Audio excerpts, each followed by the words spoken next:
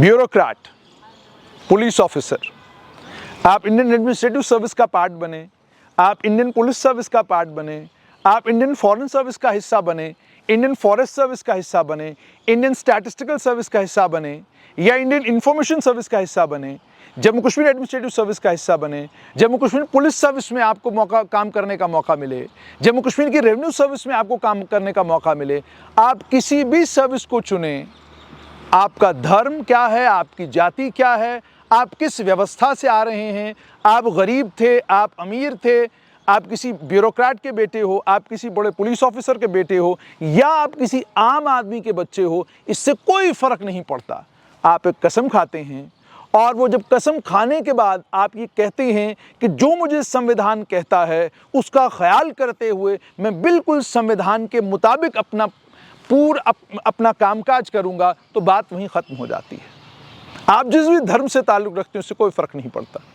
और जहाँ तक जम्मू कश्मीर की ब्यूरोक्रेसी का ताल्लुक़ है, अब चूँकि मैंने लिखना बंद कर दिया है और ब्यूरोक्रेसी के ऊपर मैं लेख कम लिखता हूँ, लेकिन 2005 में जब मैंने पत्रकारिता में पहला अपना कदम रखा था, तो मुझे उस समय ये बताया गया था कि डॉक्टर फारूक अब्दुल्ला के 1996 से लेकर 202 तक के कालखंड में पूरी सरकार BR सिंह, जेटले और विजय बकाया, ये 3 लोग चलाया करते थे।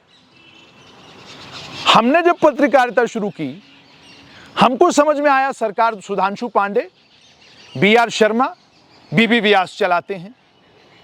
फिर थोड़ा सा आगे बढ़े तो हमको समझ में आया सरकार खुर्शीद गनाई, BB व्यास, सुधांशु पांडे, हृदय कुमार सिंह और BR शर्मा ये चलाते हैं।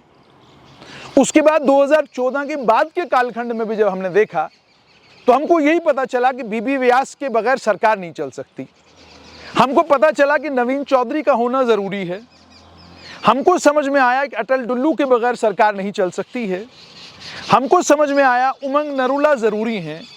हमको समझ में आया शांतमनु ज़रूरी हैं।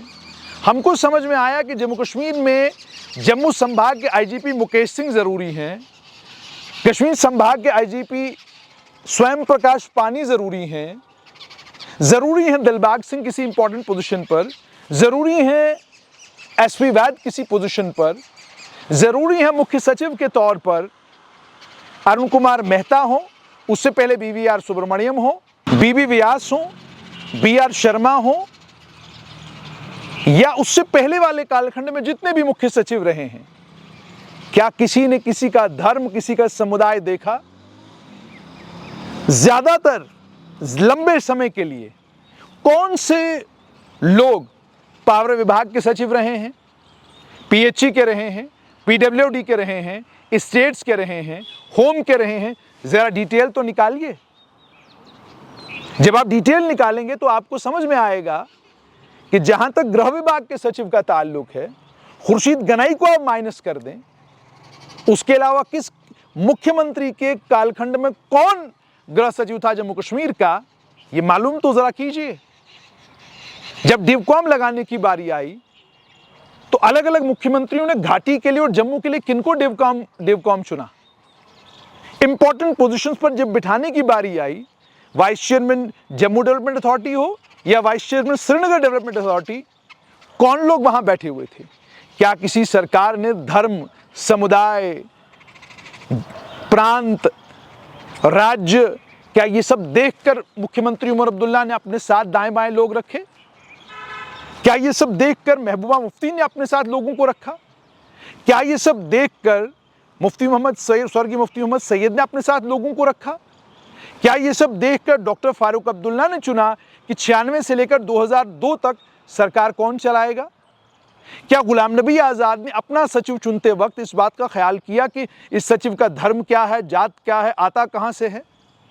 मतलब बिल्कुल साफ है कि आप काम करते हैं संविधान को ध्यान में रखते हुए, आप काम करते हैं सरकार को ध्यान में रखते हुए। धर्म मैटर नहीं करता, जात मैटर नहीं करती।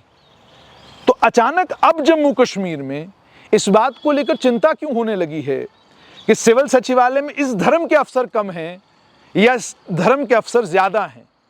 अफसर है, वो किसी भी धर्म, किसी भी समुदाय से आता हो, सिविल सर्विस का एक कानून है, वो उस कानून के दायरे से बंधा हुआ है, उस कानून के दायरे से वो बाहर नहीं जा सकता। संविधान उसके सामने है, संविधान के साथ में सुप्रीम कोर्ट, हाई कोर्ट की जजमेंट्स उसके सामने हैं। उसको काम कैसे करना है वो उसको ऑफिसर बनते ही बता दिया गया है। तो फिर इससे क्या फर्क पड़ता है कि सिविल सचिवालय की कुर्सी पर एक धर्म का आदमी बैठे या दूसरे धर्म का आदमी बैठे, उसको करना तो वही है जो उसको संविधान कहता है, जो उसको कानून कहता है। हम क्यों अब ये तलाश करने लगे हैं कि हमको उस कुर्सी पर कौन चाहिए, हमको इस कुर्सी पर कौन चाहिए? इन कुर्सियों पर पहले कौन होते थे और इन कुर्सियों पर आज कौन है? क्या उसमें कोई ज़्यादा बड़ा फर्क है? क्या उसमें कोई ज़्यादा बड़ी तब्दीली है? हर धर्म, हर समुदाय का ऑफिसर हर जगह पर काम कर रहा है और बड़ा बेहतरीन काम कर रहा है। और यहाँ की सरकारों ने जो ये इनाम देने का सिलसिला मुफ्ती मोहम्मद सैयद ने साल 2002 में जो शुरू किया, ज़रा देखिए वो इनाम लेने वालों में कौन लोग थे, ज़रा देखिए वो इनाम लेने वाले लोगों में 2009 से 2014 तक कौन थे, 2014 से लेकर 2018 तक कौन थे, और अब 2024 से 2026 तक कौन है। तो इतना विचलित होने की ज़रूरत क्या है? और इस सर्विस को हिंदू और मुसलमान में बांटने की ज़रूरत क्या है? हालात व्यवस्थाएं जैसी मर्जी वैसी हों, सरकार चलाने वाले जानते हैं कि हमें अपने साथ किनको चलाना है। दूर कहां जाना है? मुख्यमंत्री के दफ्तर को ही देख लीजिए। कौन चला रहा है मुख्यमंत्री के दफ्तर को? कौन है उनके मुख्य सचिव? पता तो करिए ना। तो जब मुख्यमंत्री ने केंद्र शासित प्रदेश में बनते ही अपना सचिव चुना, तो उसने किसको चुना? क्या समुदाय देखा? क्या धर्म देखा? क्या जात देखी? क्या यह देखा कि जम्मू कश्मीर के हैं या बाहर के हैं? नहीं, भारतीय। और यही एक पहचान होनी चाहिए। इसी एक पहचान के साथ आगे बढ़ने की जरूरत है। अगर आप भारतीय हैं, काफी है। इससे ज्यादा जानने की जरूरत नहीं है कि आप जम्मू के हैं, कश्मीर के हैं, दिल्ली के हैं, बॉम्बे के हैं, यूपी के हैं, हरियाणा के हैं। क्योंकि चुनने वाले जब चुनते हैं, उनको पता है कि हमारे दफ्तर को अच्छा कौन चला सकता है। तो इसलिए ये हिंदू मुसलमान करना हम बंद करें और वो शेर याद रखें कि तू इधर उधर की बात न कर, ये बता कि काफिला क्यों लुटा, मुझे रहजनों से गिला नहीं, तेरी रहबरी का सवाल है। अब ये बड़ा घिसा हुआ शेर है, हर आदमी इसको पढ़ता है, पर इसका मतलब सिर्फ यही है कि आप इधर उधर ध्यान न दें। आप जानते हैं अपना काम और आपको अपना काम लेना भी आता है।